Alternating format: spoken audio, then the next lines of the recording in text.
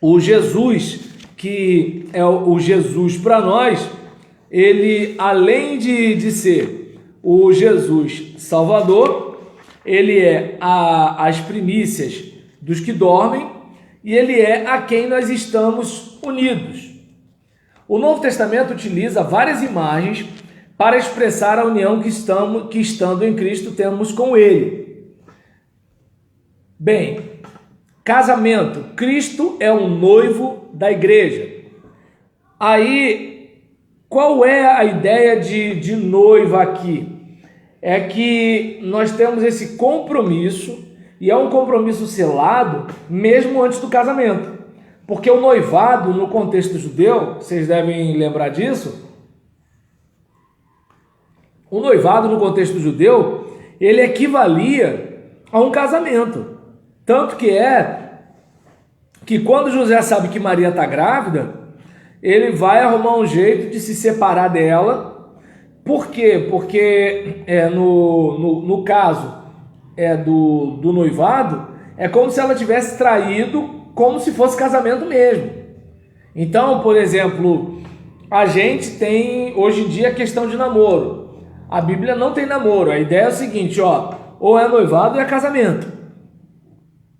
Mas é mais fácil a igreja adotar o ficar do que deixar o namorar, né? Então, é aquele negócio. A Bíblia é a Bíblia, mas a cultura é a cultura, certo? Então, a gente, por exemplo, observa aqui que Cristo é um noivo, ou seja, não estamos lá ainda, mas precisamos agir como se já houvesse esse casamento consumado, entende? Por exemplo, o divórcio no contexto judaico, ele era como se assim, você realmente tivesse um compromisso de casamento, o negócio era sério mesmo, certo? Então Cristo é o noivo da igreja, ele espera na igreja uma noiva santa e fiel, obediente a ele. Em 1 Coríntios, capítulo 6, versículos 16 e 17, ao advertir seus leitores contra a prostituição, Paulo expressou esta ideia ainda mais explicitante. Estar em Cristo significa ter seu espírito unido ao dele, na mais íntima das ligações. Então, até que ponto nós estamos tendo comunhão com ele, ou estamos meio que assim, meio barro, meio tijolo, certo? Então, Cristo espera esse relacionamento íntimo e profundo. Mas além da ideia de casamento, de noivado, temos também a ideia de planta e galho. Jesus expressou a ligação que seus discípulos tinham com ele, usando a vinha como exemplo. João 15, versículo 5. Estar em Cristo neste contexto é estar ligado a ele, assim como os galhos de uma videira estão ligados ao corpo da planta. É como, por exemplo, a gente quando era criança tinha costume de arrancar uma vara da árvore. E aí você arranca, aí você brinca com aquelas folhas, né? No meu tempo de moleque a gente brincava de pique-bandeira. Aí você chegava lá na mangueira, goiabeira, seja lá o que for, pegava lá, arrancava o galho. Aí tava aquela folha verde, viçosa, com flores e tudo tal, mas no dia seguinte, no outro dia, aí você já via a folha amarelada, você via a folha amarronzada, você via a folha quebradiça, você via o galho sem folha. Por quê? Porque a folha e o galho fora do caule não tem mais nada. Então a questão é, se somos igreja, nós estamos conectados à fonte. Estar em Cristo neste contexto é estar ligado a ele, assim como os galhos de uma videira estão ligados ao corpo da planta. Um galho decepado não tem mais vida, jamais dará fruto, mas um galho ligado à videira recebe a nutrição necessária para frutificar. Paulo emprega a imagem da planta para fazer uma comparação entre as relações de Deus para com Israel e com a igreja. Paulo comparou Cristo não como uma videira, mas não como uma videira, mas como uma oliveira. Israel seria um dos ramos naturais, os cristãos gentios seriam um ramo bravio enxertado no tronco da árvore. Romanos 11, versículo 17 a 21. Então a gente percebe que assim, nós estamos inseridos. E o sentido de Paulo é claro. Uma vez que os judeus rejeitaram a Cristo, eles rejeitaram também aquele por meio de quem eles poderiam possuir vida espiritual, assim como o ramo depende da ceifa para viver. Os gentios, mesmo não sendo parte da nação escolhida, ainda assim puderam receber a vida, pois creram em Cristo. E uma outra imagem, Jesus convidou todos para comerem e beberem com ele.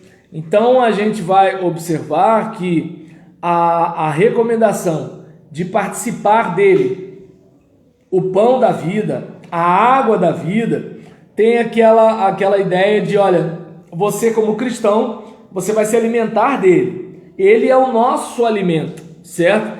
Então é algo que muitas vezes nós não nos damos conta. Eu estou querendo montar uma série de mensagens que deve passar um mês, porque vai ser só domingo à noite, Deus assim permitindo, sobre o Salmo 23. E eu quero ver se eu prego um versículo por sermão. Não pense que é pouco, tá, gente? Dá para tirar. Outro pregador deve pregar em 5 minutos um negócio desse, mas eu consigo pregar 1 hora tranquilo dentro do versículo primeiro. E aí, nesse caso, oi? Aí o meu povo é bom, né, gente? Meu povo é bom. Então, o que acontece? Em relação a isso, por exemplo, todo mundo vai dizer assim, o Senhor é meu pastor. Mas dizer o Senhor é meu pastor não é a mesma coisa de ser pastoreado por ele. Então, assim, você pode dizer o Senhor é meu pastor e ser pastoreado pela TV Globo. Você pode dizer o Senhor é meu pastor e ser pastoreado pelo J Quest. O Senhor é meu pastor e você pode ser pastoreado pela Netflix. Então, não se dá para perceber que assim, o fato de você dizer quer dizer nada, né? Então, a proposta é o quê? Que nós nos alimentemos. Nós nos alimentemos do pão da vida e da água da vida. E como nós podemos estar em Cristo? A gente pode estar em Cristo pela fé, certo? Então, muitas vezes na nossa caminhada, a gente não se dá conta da importância dessa fé.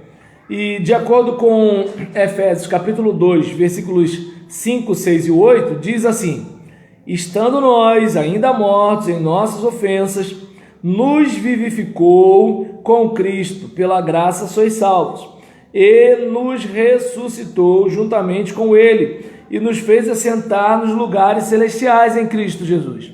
Porque pela graça sois salvos, por meio da fé, e isto não vem de vós, é dom de Deus. Então, para eu estar em Cristo, eu preciso estar conectado.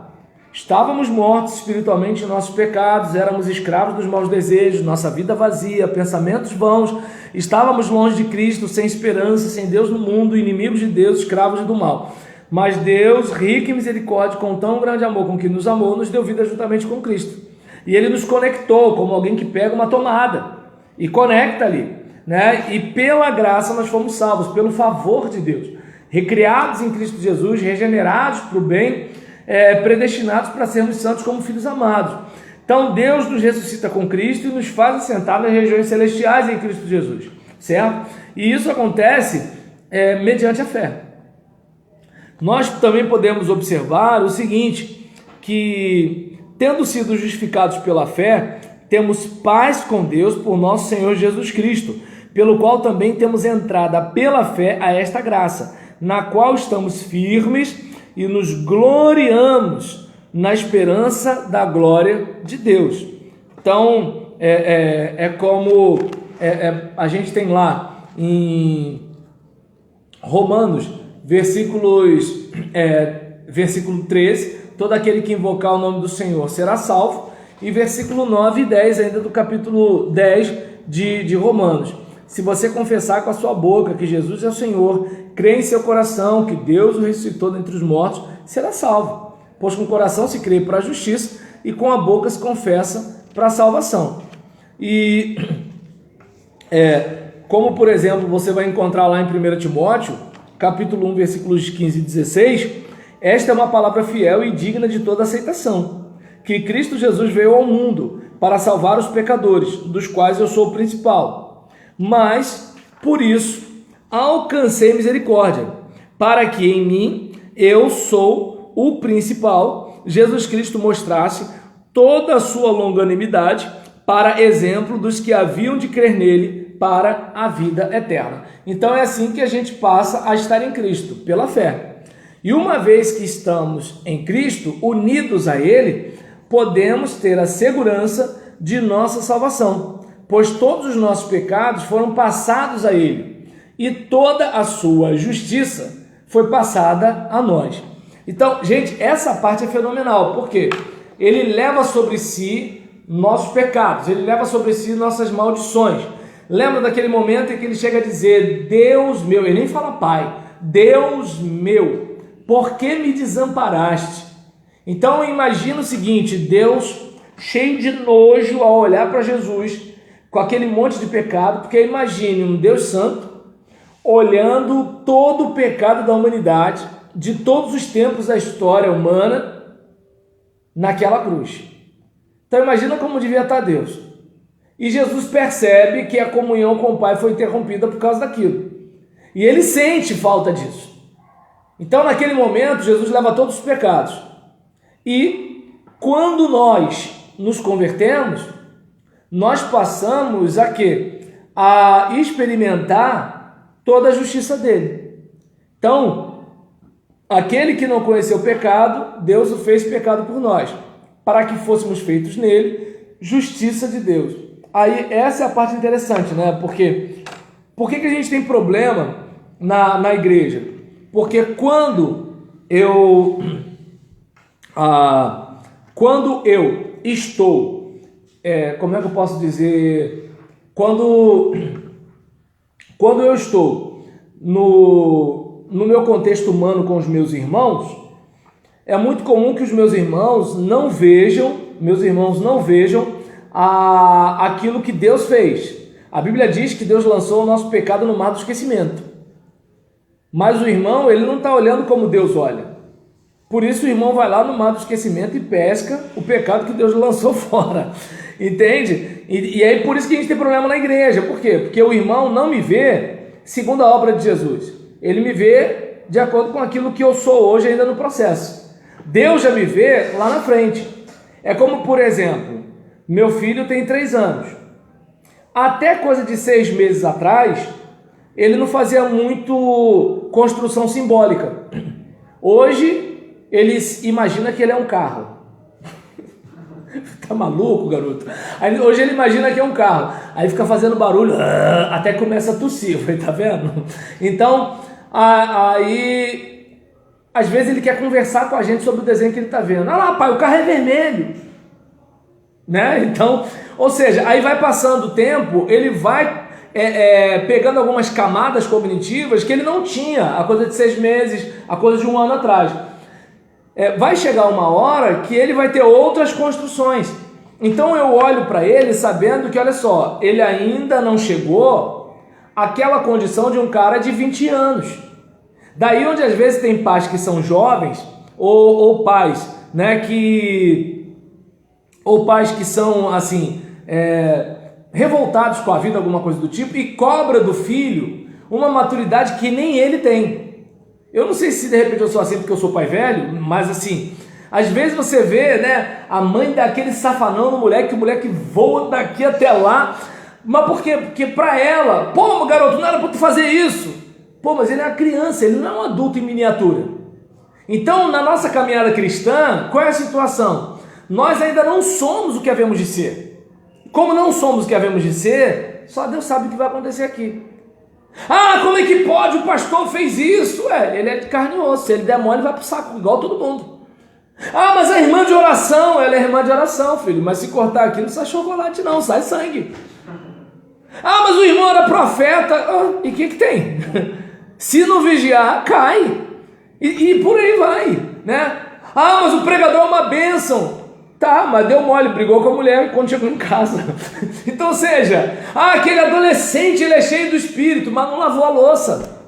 Vai ter discussão com a mãe. Ou seja, se a gente for observar, até a gente chegar lá, a gente vai ser isso aqui. A gente só não pode desistir de caminhar. Entende? É como, por exemplo, o meu filho está crescendo.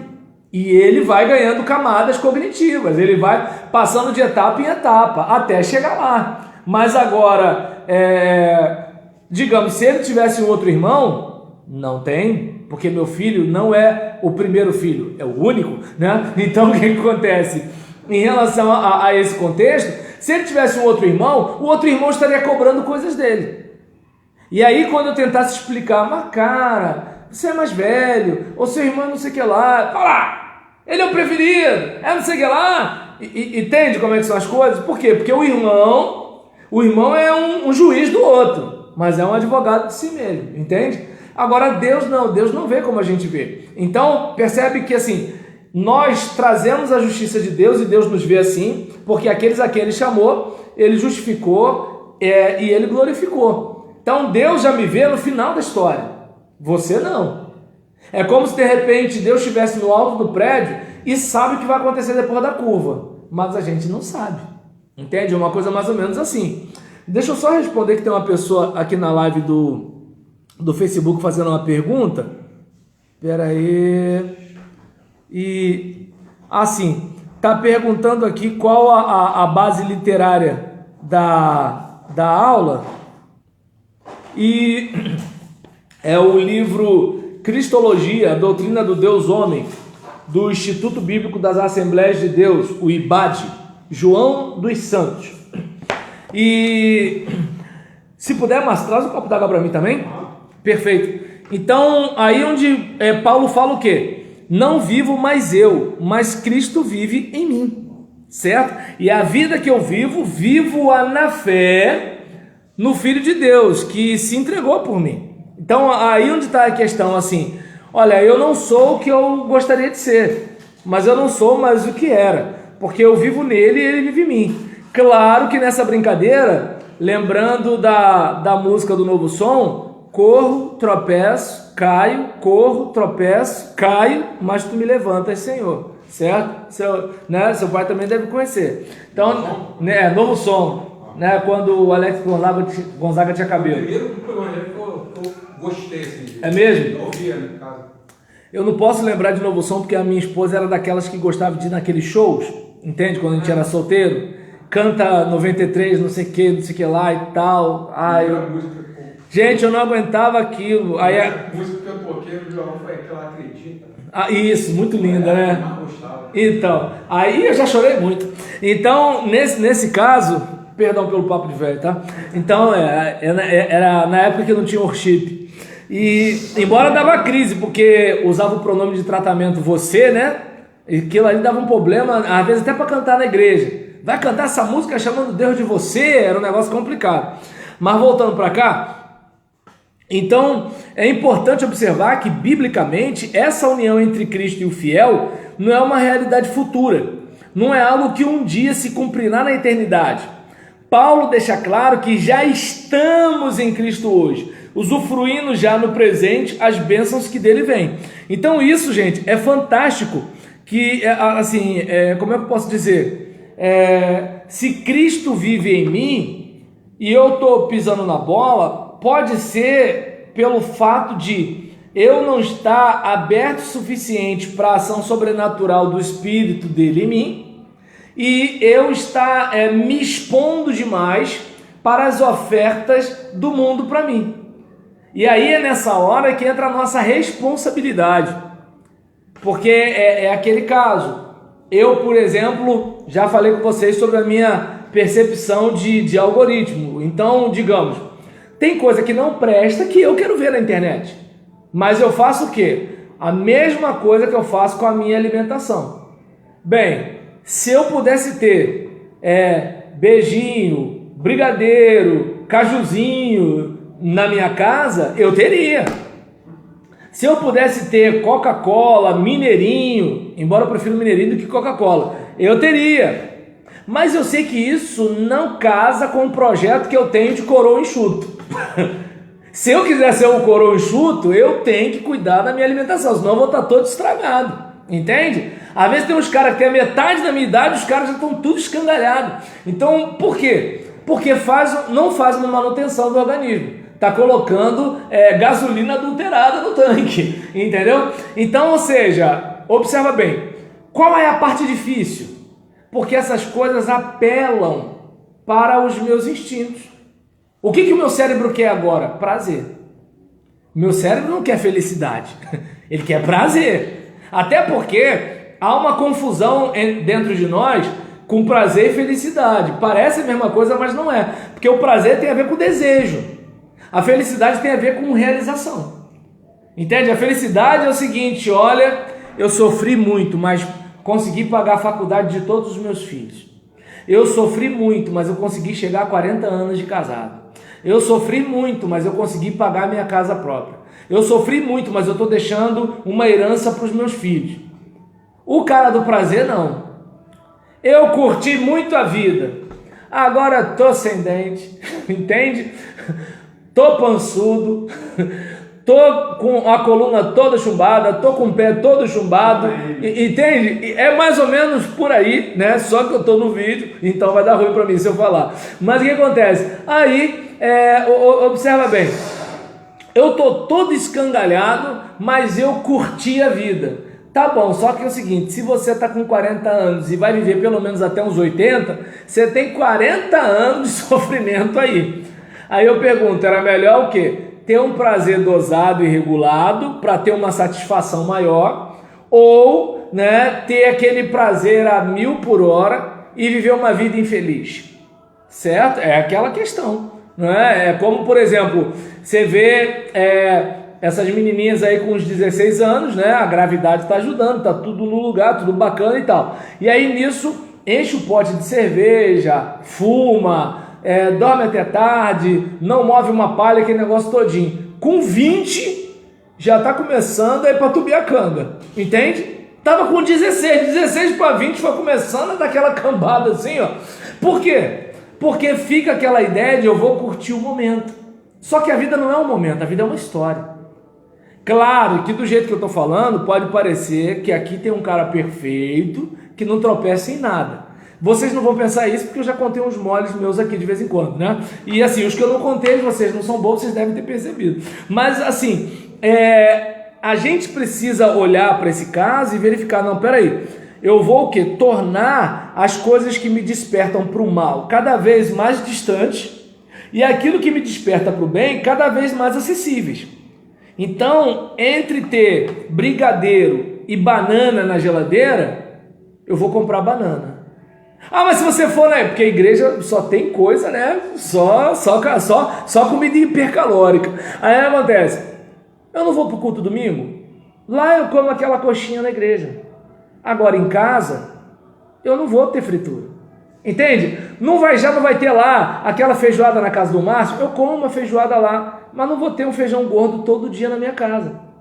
Ou seja, eu já não vou comer aquele frango frito lá na festa do Mateus, beleza. Só que é o seguinte, em casa eu vou comer um peixe ensopado. Então, ou seja, eu vou fazer com que o seguinte, tudo aquilo que está ali é um palmo da minha distância, que sejam coisas assim que vão me ajudar. Percebe que eu estou usando a ideia do algoritmo até para as coisas do dia a dia. Ou seja, de eu começar a instalar um novo hábito. Porque criar facilidade para coisas sadias. Tá dando, entender?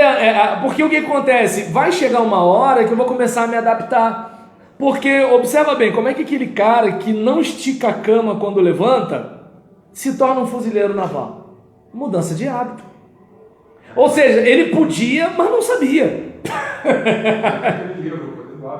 Tá dando para entender? Então, assim, aí nesse caso, ou seja, isso não tem a ver com o Espírito Santo morar na gente.